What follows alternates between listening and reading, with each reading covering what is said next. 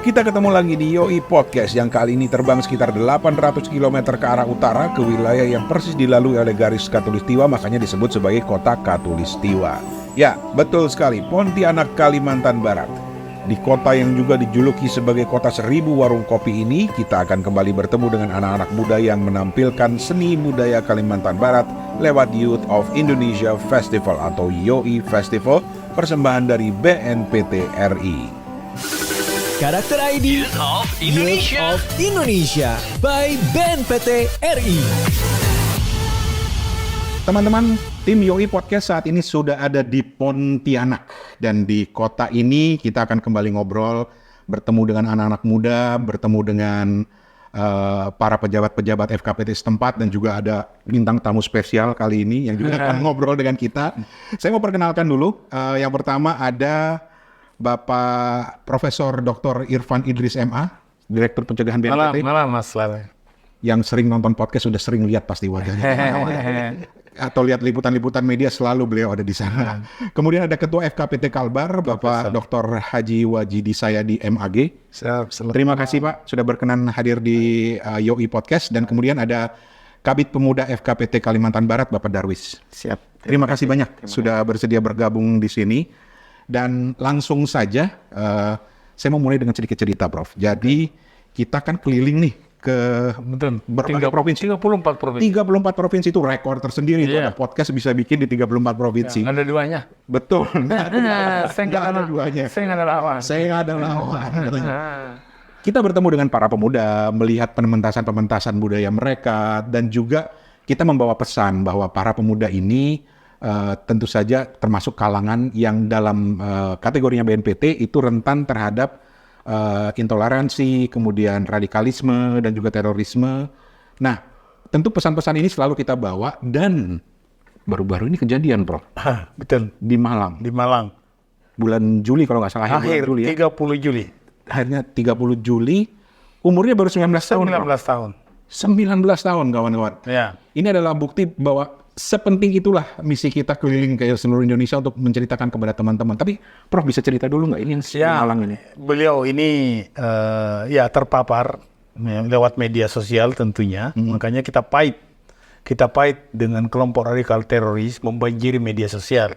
Apresiasi sangat bagus kepada tim podcast Yoi yang memprogramkan di bawah Direktorat Pencegahan Subdit Pemberdayaan Masyarakat. Karena pemuda itu kenapa rentan? Karena semangatnya melangit, pemahamannya dangkal. Ya. Dia terjadi kekosongan di tengah. Nah, inilah perlunya kita isi budaya. Generasi muda harapan bangsa. Kelompok radikal teroris tahu betul bahwasanya anak muda itu sangat muda. Karena tadi itu semangatnya sudah melangit, kesadaran beragama sangat tinggi, tapi pemahamannya masih sangat dangkal. Mudah disulut, mudah diprovokasi, ya, tetapi itu juga menjadi potensi kalau kita berhasil mengisi mereka, membimbing mereka agar pemuda ini harapan bangsa. Kita sudah selesai, ya, tetapi bagaimana dengan mereka? Tahu nggak mereka itu konsensus berbangsa? Jangan-jangan, yang lebih sedih lagi kita kalau tren-tren seperti sebagian negara-negara lain, itu generasi muda mau menjadikan bunuh diri itu sebagai tren.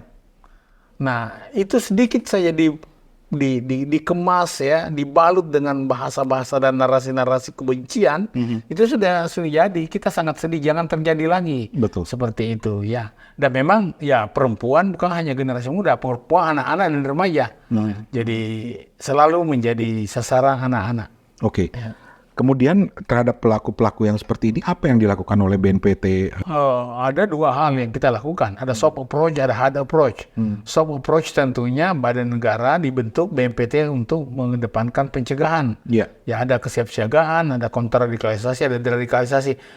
Penegakan hukum hard approach itu dilakukan aparat keamanan. Tentu bekerja sama kita dengan BNPT. Ya, tempo hari ada namanya Musanna Khalid Ali yang sangat baru 11 tahun dia ke Syria Udah 3 tahun di sana pulang-pulang, itu yang tempo hari membakar paspor lewat YouTube itu. Oke. Nah, Ya. sudah bagus sekarang kita bina di kantor dan sudah bekerja, dibina oleh mantan napi teroris yang sudah kooperatif dan dia sudah punya pekerjaan. Jadi yang dilakukan oleh BNPT ya diantaranya ini ada FKVT, di dalamnya itu ada ketua bidang pemuda dan pendidikan, perempuan dan anak-anak. Ya. Jadi kita berkolaborasi, bukan model ceramah seperti YOI Festival, besok kita kan festival budaya ya. betul. Dulu ada Asik Bang, aksi musik anak bangsa. Generasi muda kita rindu hiburan. Kapan dia mengalami kekosongan, masuk tuh ajaran. Iya. Paham. Iya. Pahamnya yang bertentangan dengan kearifan lokal kita, bertentangan dengan Pancasila, bertentangan dengan nilai-nilai kemanusiaan. Sayang sekali seolah-olah itu benar karena seolah-olah dibungkus dengan bahasa-bahasa dan narasi-narasi agama, seolah-olah itu yang benar. Yeah. Seolah-olah mereka sudah paling benar, yang lainnya salah semua. Betul. Ini tidak boleh. Betul. Kita negara bangsa, bukan negara agama. Betul. Ya, 6 agama diakui di Indonesia. Yeah. Yang tidak punya agama saja mau damai, apalagi kita yang sudah beragama. Betul. Itu kata betul, kuncinya. Betul.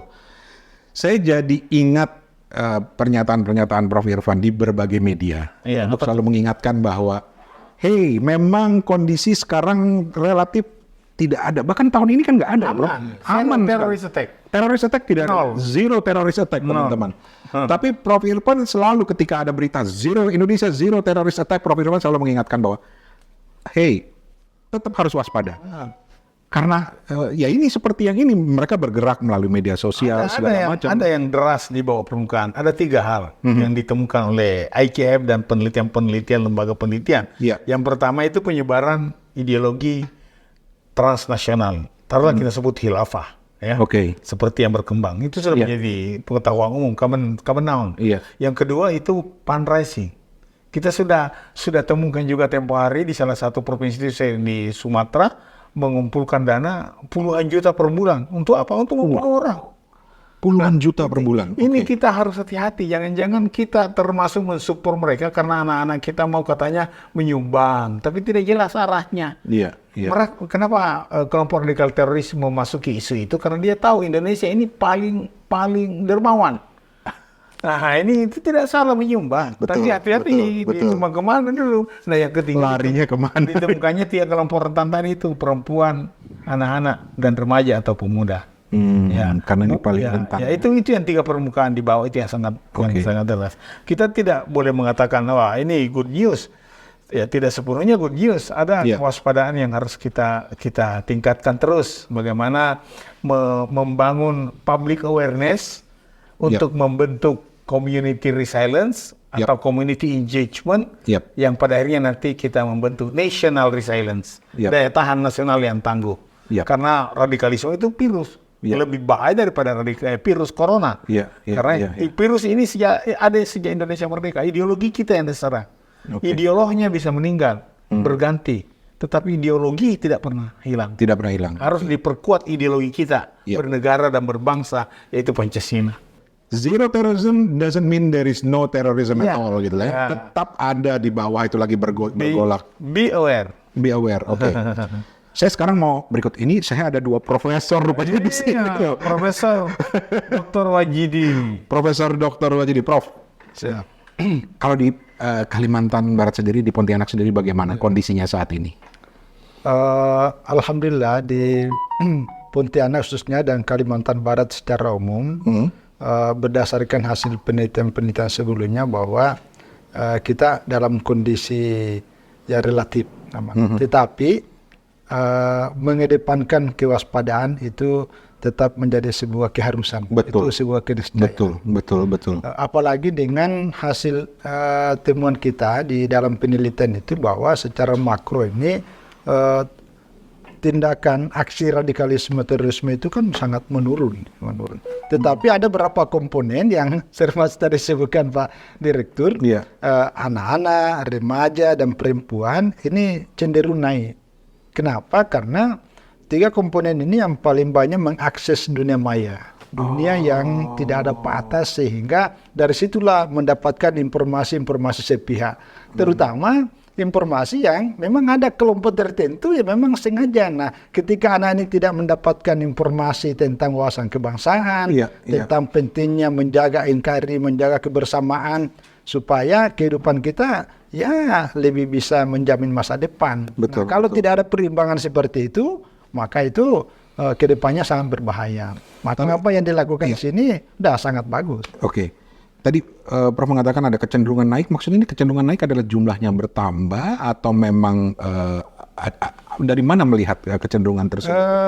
Potensinya tadi. Oh, potensi. Iya, potensi untuk tiga kelompok ini memang kecenderungan naik dibandingkan dari kan ada yang sebelumnya. Jadi secara umum aksi radikalisme terorisme ini kan menurun. Apalagi kalau kita tekan zero itu memang sama sekali tidak ada. Tetapi kan bergerak di bawah ini antara sudah disampaikan Pak Direktur itu ada tiga kelompok. Nah, khususnya tiga kelompok ini karena tadi itu akses mereka kawan dunia ini bahkan ya mungkin tidak ada waktu tanpa media sosial dan isinya ya kalau kita tidak bisa meng-counter itu repot kita. Maka yang kita lakukan ini dengan pendekatan budaya, pendekatan musik, dengan bahasa-bahasa gaul lah. Ya, maka tadi yang tahun-tahun sebelumnya di bidang pemuda dan pendidikan ini kan menggunakan asik bang. Gitu. Jadi aksi musik anak bangsa. Saya sendiri selalu mendampingi itu sampai di kafe-kafe kita kan, sampai agak malam. Dan itu tidak terasa. Jadi diselingi setelah itu baru dimasukkanlah itu informasi tentang bagaimana bahayanya radikalisme dan seperti apa yang kita mau capai dalam hidup berbangsa dan bernegara ini. Bagaimana dengan untuk anak dan perempuan, apa yang dilakukan dari FKPT sendiri? Nah, salah satunya inilah melalui kegiatan yang sekarang ini YOI itu. Nah, itu kan festival budaya juga yang dengan budaya itulah mereka bisa tertarik ikut bersama kita, lalu kita kasih informasi tentang begitu bahayanya tentang radikalisme, terutama terpapar itu. Karena tadi sampaikan bahwa ya mungkin secara ini tidak terlibat, tapi kan paparannya itu, bahaya pemikirannya itu. Betul. Saya ke Mas Darwis sekarang. Mas, kita diapit dua profesor, apa di tengah? Mungkin kita harus bilang saya bagi Profesor Darwis. Jadi sesekali jadi provokator aja. Asal jangan provokator. Mas Darwis, sebagai kabit pemuda dan pendidikan, bisa cerita nggak bagaimana kehidupan anak-anak muda di Pontianak ini? Ya, anak-anak muda di Pontianak ini cukup banyak sekali. Iya. Kalau kita keluar dari rumah saja kita melihat di KP-KP itu penuh dengan anak-anak muda. Dan kota Pontianak ini merupakan kota tujuan untuk anak-anak yang dari daerah juga, dari beberapa kabupaten untuk melanjutkan pendidikan di S1 dan seterusnya. Jadi cukup banyak sekali anak-anak dari daerah yang datang ke kota Pontianak ini untuk mencari ilmu. Ketika mereka salah ketemu orang, maka kena lah di situ. Aduh, seaktif apa sih mereka menggunakan media sosial ini begitu? Kalimantan Barat ini khususnya, kita ada anak-anak muda juga yang menjadi penggiat media sosial juga banyak juga. Influencer tuh banyak juga di Kalimantan Barat. Konten kreator. Iya, banyak konten kreator. Ya, sekarang cita-cita semua orang. Cita-cita anak menjadi apa? Lebih mudah sepertinya. Tapi memang perlu kita membuat space bagi generasi muda mengenalkan AI. Yes. AI ini sekarang ibarat pisau bermata dua. Kalau disalahgunakan itu lebih berbahaya. Lebih berbahaya daripada bom nuklir. Betul. Karena itu bisa dilakukan segalanya. Bisa kita seolah-olah podcast di sini kontra narasi, tetapi dibuat oleh kelompok radikal teroris seolah-olah narasinya diganti untuk mendukung perjuangan mereka. Dibalik. Diputar balikan. Kita harus lebih banyak membanjiri media sosial dengan narasi-narasi inklusif. Prof ngomong apa, nanti keluarnya jadi ngomong apa gitu lagi. Karena dia tangkap suara kita, baru dia buka, kemudian dia bikin narasi. Seolah-olah saya yang ngomong. Aduh, kasihan masyarakat yang tidak tahu. Nah sekarang salah satu misi dari Youth of Indonesia Festival ini adalah tentu saja kalau tahun-tahun sebelumnya kan ada Asik Bang, kemudian sekarang ada festival budaya. Nah, bagaimana Mas Darwis kalau melihat anak-anak muda di Kalimantan Barat ini dalam hal budaya? Untuk Kalimantan Barat, di Pontianak khususnya, di kota ini masih relatif anak-anak masih antusias dengan pertunjukan-pertunjukan budaya. Oh, oke. Ini juga untuk mendaftar sebagai peserta juga antusias sekali anak-anak. Jadi Membludak ya. ya agak membludak hanya saja karena dibatasi. Ada sebenarnya kita nggak bisa bilang anak muda itu nggak suka budaya. Di setiap kota yang saya pernah kunjungi banyak kok. Misalnya kayak di tradisi berpantun tuh masih banyak anak-anak. Iya, betul. Pencak silat saya ngobrol di Lampung masih suka. Obrolan-obrolan yang bercerita tentang kisah-kisah lama itu perlu kita hidupkan agar jangan tersedot waktunya ke media sosial. Betul. Jadi betul. nanti yang jauh. Bahkan yang saya lihat di Kendari itu misalnya nongkrong, tiktokan tapi sambil makan kapurung. Wah, itu luar biasa. Iya, sinonggi apa sinonggi yang dari sagu itu. Betul. Nah, kearifan lokal seperti itu kita harus hidupkan. Jadi perekat. Jadi iya betul. Nah, kalau di Pontianak apa yang khas budayanya kira-kira orang khas apa di sini? Entah mungkin makanan atau budaya yang anak-anak muda itu kayaknya masih minat nih di bidang ini gitu.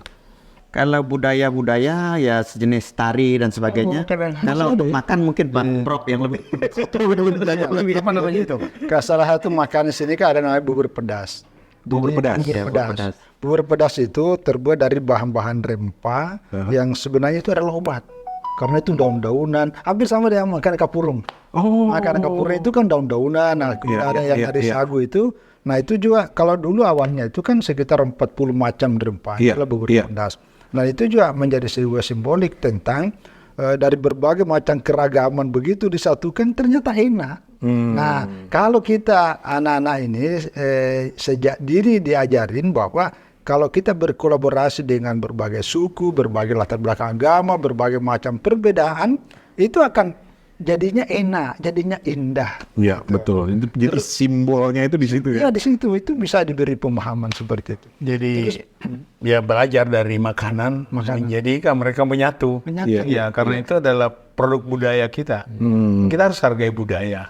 Budaya berbudaya kan lawannya biadab. Ya kan?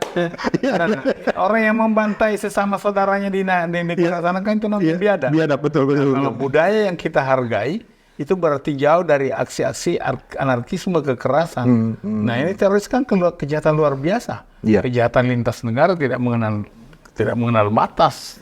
Ini kan terkait juga dengan tugasnya Prof di BNPT ya, pencegahan. Pertanyaannya yang banyak diajukan, kenapa harus kearifan lokal? Begini, kearifan lokal itu setiap daerah berbeda. Oke. Nah, kearifan lokal ini di tengah keragaman kita, di tengah pluralisme kita berbangsa, itu bisa menjadikan perekat untuk mempertahankan NKRI menjadi kearifan nasional.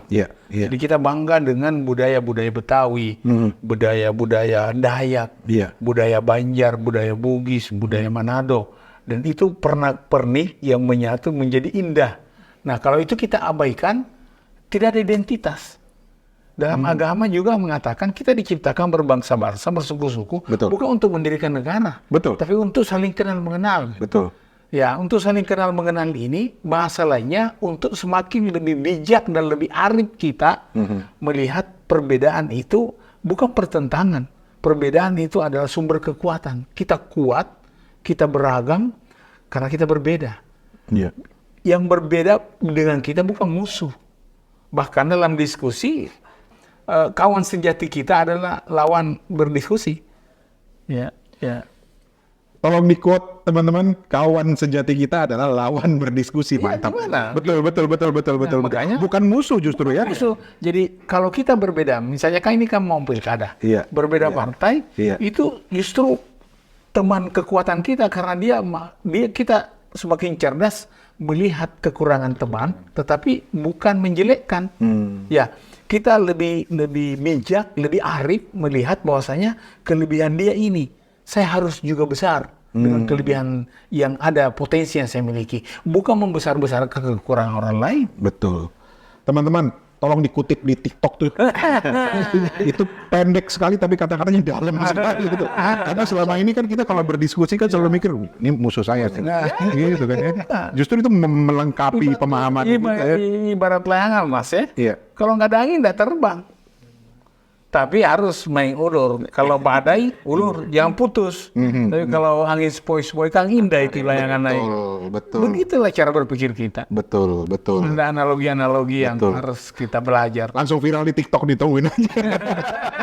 Karena di TikTok kan orang suka sekali foto-foto video-video pendek-pendek gitu kan. Makanya, tapi itu tadi kenapa kearifan lokal. Sekarang ini kita harus ajak generasi muda kita, anak-anak kita, kids zaman now, bagaimana TikTok itu diisi dengan kearifan lokal. Jangan asal main TikTok, Iya. dia main caci, menjelek-jelekan atau apa. Lebih baik kita isi dengan kearifan lokal. Sekarang mereka yang punya kendaraan, tapi kita isi. Nah ini kau TikTokan, ini 4 kearifan lokal. Iya, Ini iya, adat iya. khas pakaian budaya suku yang ada di Kalimantan Barat. Ini yang Anda pakai Betul, ber-TikTok. betul, Tetapi betul. isinya cinta negeri, cinta bangsa. Gitu. Betul. Makanan khas. Kan budaya itu kan alat komunikasi juga. Betul. Bagaimana kita mengenal Betul. sebuah bangsa kalau kita tidak mengenal budayanya? Betul. Saya lagi TikTok kan sempat ketemu Prof Irfan juga punya akun TikTok loh. Konten-kontennya pendek-pendek tapi bagus-bagus nih. Ungkapan-ungkapan pendek-pendek Kita yang tidak boleh yang kalah. dalam. Nggak boleh kalah ya. Tidak boleh kalah. Kita pahit. Kita Oke. pahit dengan kelompok radikal. Betul. Melawan narasi dengan narasi. Begitu ya. Oke. Ideologi dan ideologi. Ideologi dengan Kontra ideologi. Betul. Kontra narasi. Betul sekali. Oke, besok kita akan ngobrol soal budaya. Mas Darwis, apa kira-kira yang akan ditampilkan? Siapa aja sih yang akan datang? Wah keren tuh. Banyak. Besok akan ada penampilan budaya, ada yang nyanyi, ada juga yang tari, ada juga yang monolog, dan ada beberapa sekolah yang ada di Kota Pontianak ini. Wah, Ya. Ada 10 peserta yang sudah mendaftar. Jadi dikit Siap dulu, tampilkan. jangan dibocorin dulu. Tapi Kita penasaran. kita akan lihat nanti seperti apa penampilan-penampilannya. Betul sekali. Baik, Bapak-bapak, terakhir mungkin dari Prof, dimulai dari Prof. Prof, kamera ada di sebelah sana, Prof, yang sebelah kiri. Apa pesan yang ingin Prof sampaikan kepada generasi muda sekarang? Generasi muda itu harapan bangsa. Iya. Generasi muda jangan terjadi kekosongan.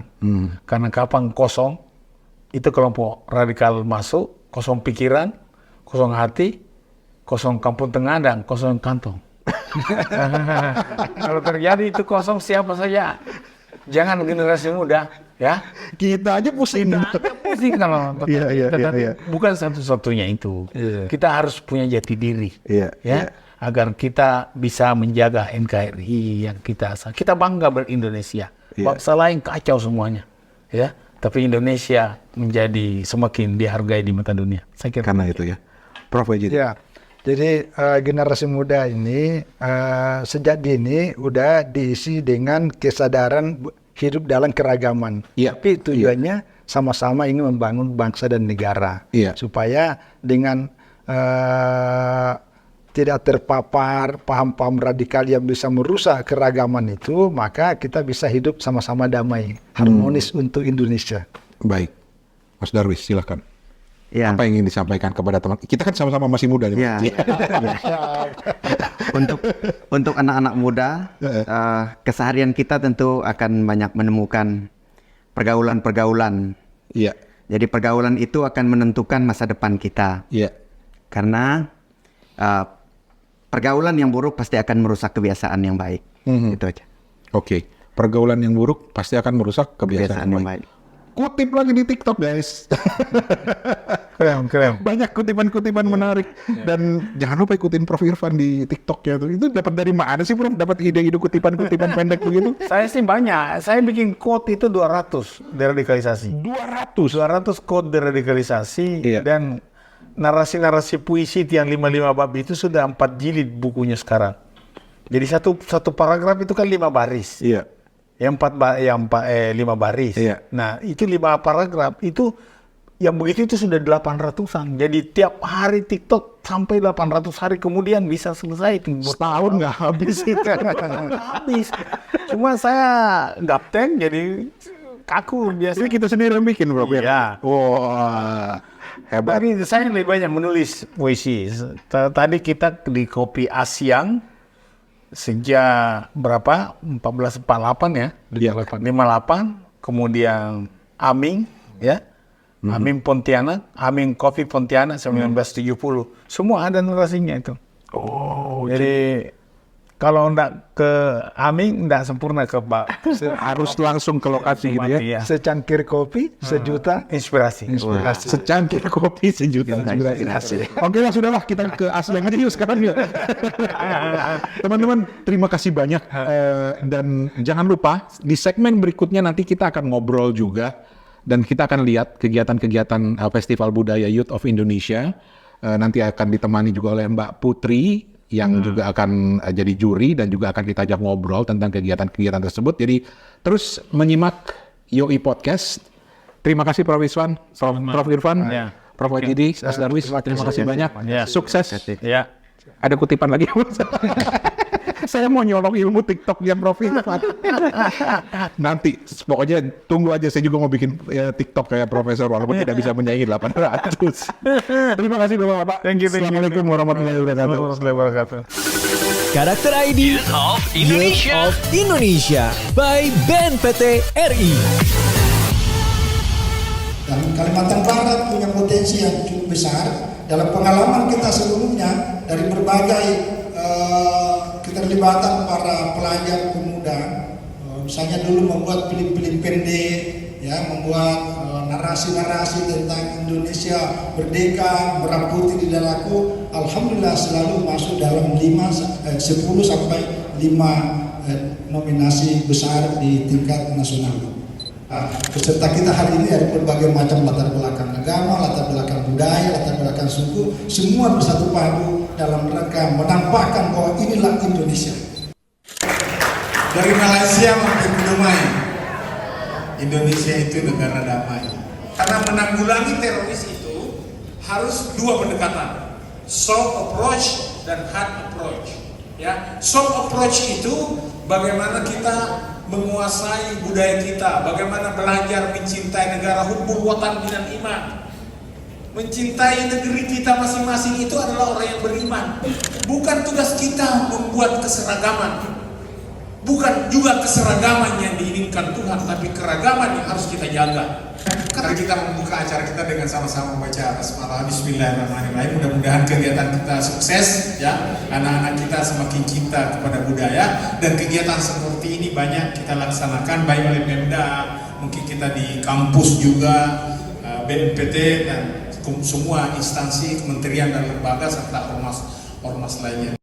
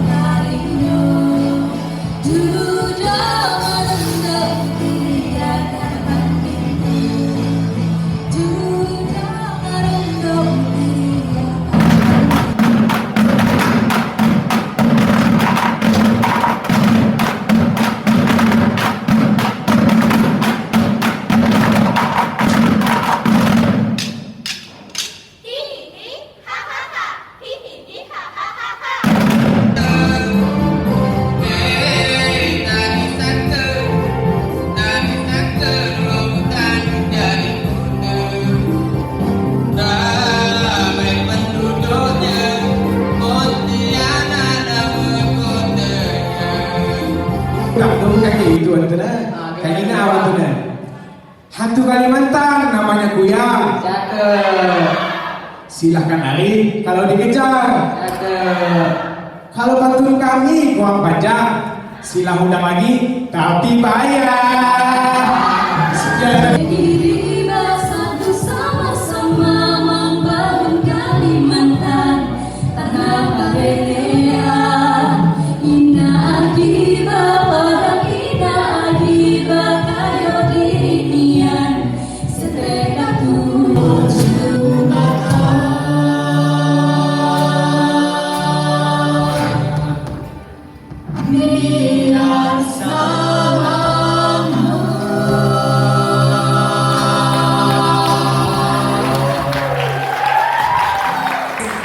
Oke. Hah. Pemenang pertama, Youth of Indonesia. YOI, tahun 2024, bidang pemuda dan pendidikan subdit pemberdayaan masyarakat FKPT Kalimantan Barat adalah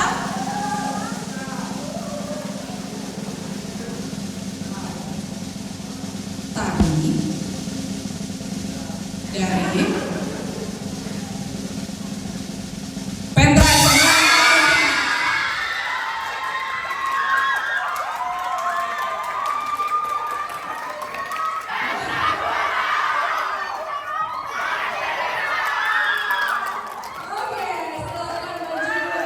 Halo semua, selamat sore. Saat ini kita bersama pemenang Youth of Indonesia atau disingkat dengan YOI yang diadakan di tahun 2024 ini. Nah, untuk lebih lengkapnya kita langsung saja kepada para pemenangnya. Perkenalkan, nama saya Nazwa, saya Vika, saya Syifa Zahra, saya Rehanim Syafrina, saya Depriana Sesti, berasal dari sekolah SMA Negeri 4 Pontianak. Nah, kan tadi kalian menampilkan tari ya. Oke, tolong dijelaskan gitu penampilan kalian tadi.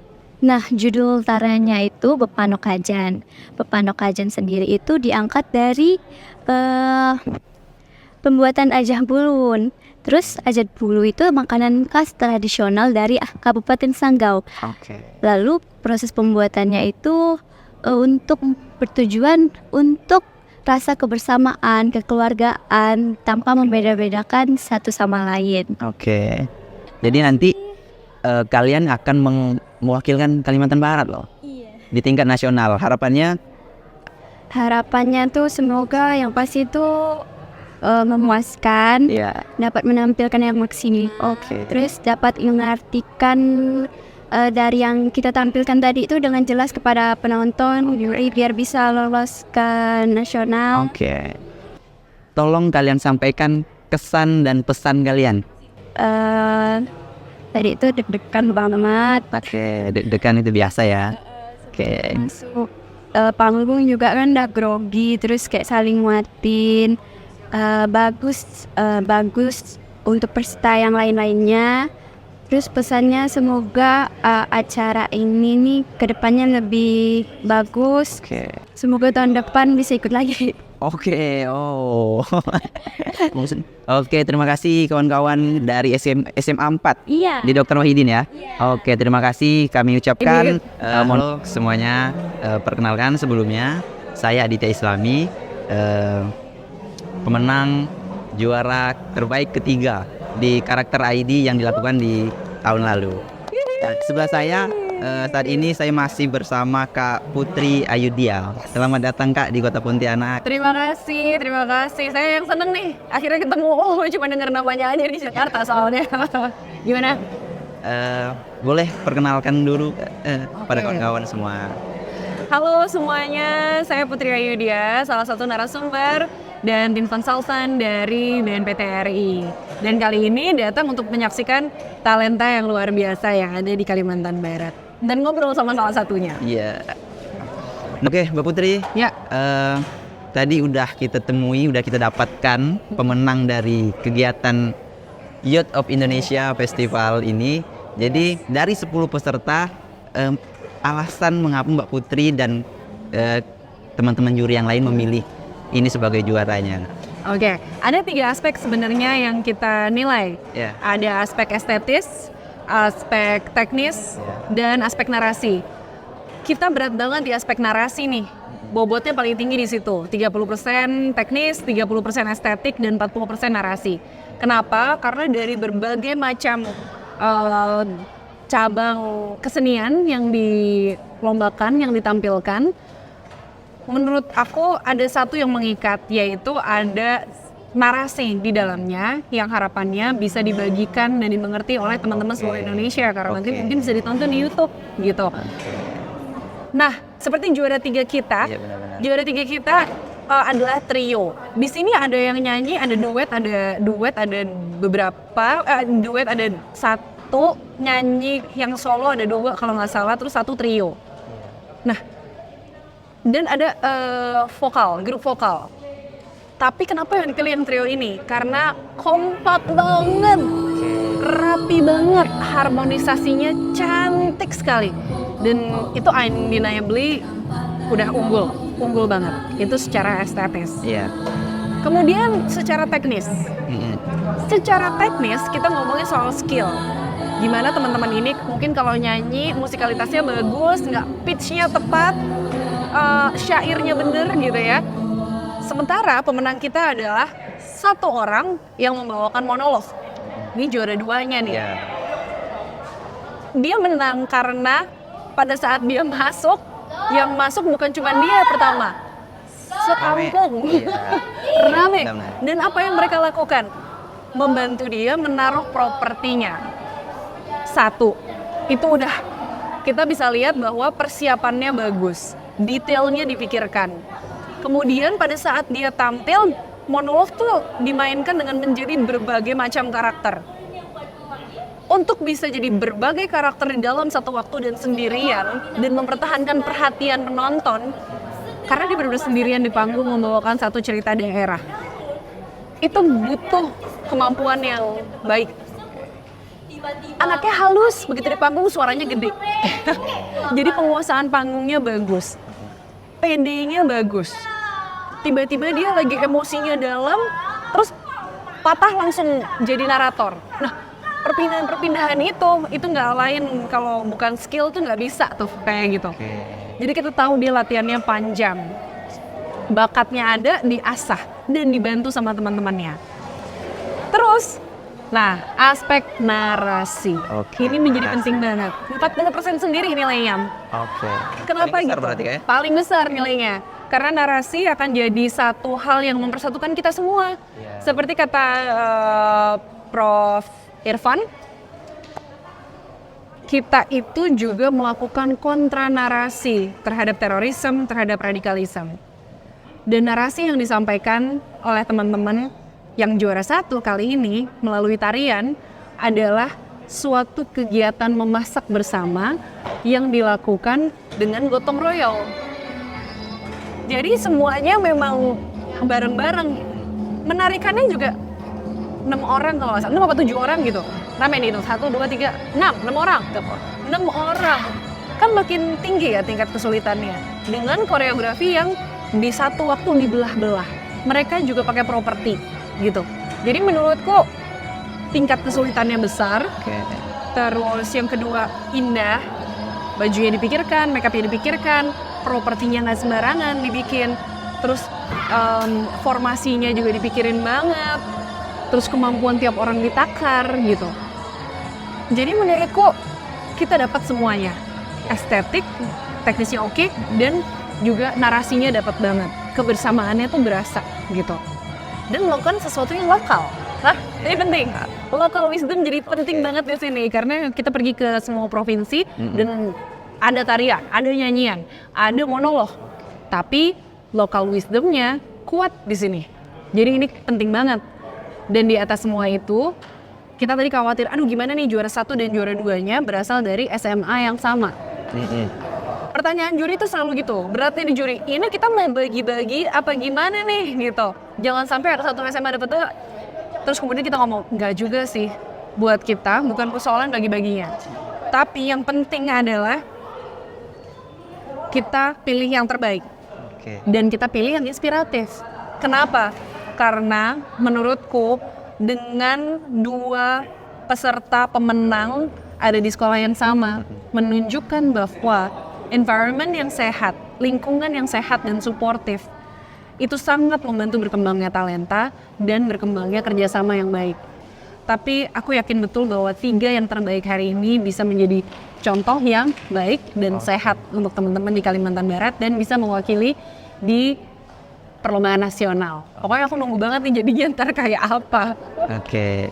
Jadi harapan kakak untuk teman-teman yang udah menang, ini kan nanti jadi perwakilan Kalimantan Barat nih Kak. Yes, betul. Nah, apa ya harapan kakak yang akan untuk mereka nih yang akan mereka bawa ke nasional gitu? Apakah tetap mempertahankan kearifan lokal yang ada di Kalimantan Barat atau memang menyesuaikan atau ada improvement lain lah gitu? Oke. Nomor 1, aku harus melihat mereka bersatu untuk mewakili Kalimantan Barat. 1. Substansi kebersamaan, substansi gotong royong, kekayaan budaya, ini jadi penting banget untuk ada sebagai perwakilan provinsi. Yang kedua, lokalism itu penting banget. Karena pada akhirnya ketika kita melihat yang ada di nasional, kita nggak bisa maju dengan skill yang umum. Iya. Oke. Dan mungkin semuanya skillnya bagus-bagus. Oke. Yang membedakan apa? Identitas budaya. Iya. Jadi ada rasa lokalnya tapi nilainya universal. Nah, kupikir ini akan jadi kunci yang bisa merebut hati penonton nantinya. Mungkin itu dari saya sebagai host pada podcast di sore hari ini. Terima kasih Kak Putri, kami ucapkan atas kunjungannya, atas dukungannya, atas partisipasinya untuk mensukseskan acara Youth of Indonesia ini. Mungkin saya pamit undur diri, mohon maaf atas kesalahan saya. Kurang lebihnya saya mohon maaf. Selamat sore. Dah. Terima kasih. Muda mandiri berkarya untuk negeri. Terima kasih Adit sudah memandu acara sesi hari kedua ini. Terima kasih kepada seluruh jajaran FKPT Kalimantan Barat. Terima kasih adik-adik peserta. Dan terima kasih warung-warung kopi mantap yang sudah menemani selama kami di sini. Jangan lupa subscribe Yoi Podcast di YouTube dan Spotify. Kami pamit dulu Pontianak. Sampai jumpa di provinsi berikutnya. Karakter ID Youth of Indonesia by BNPT RI.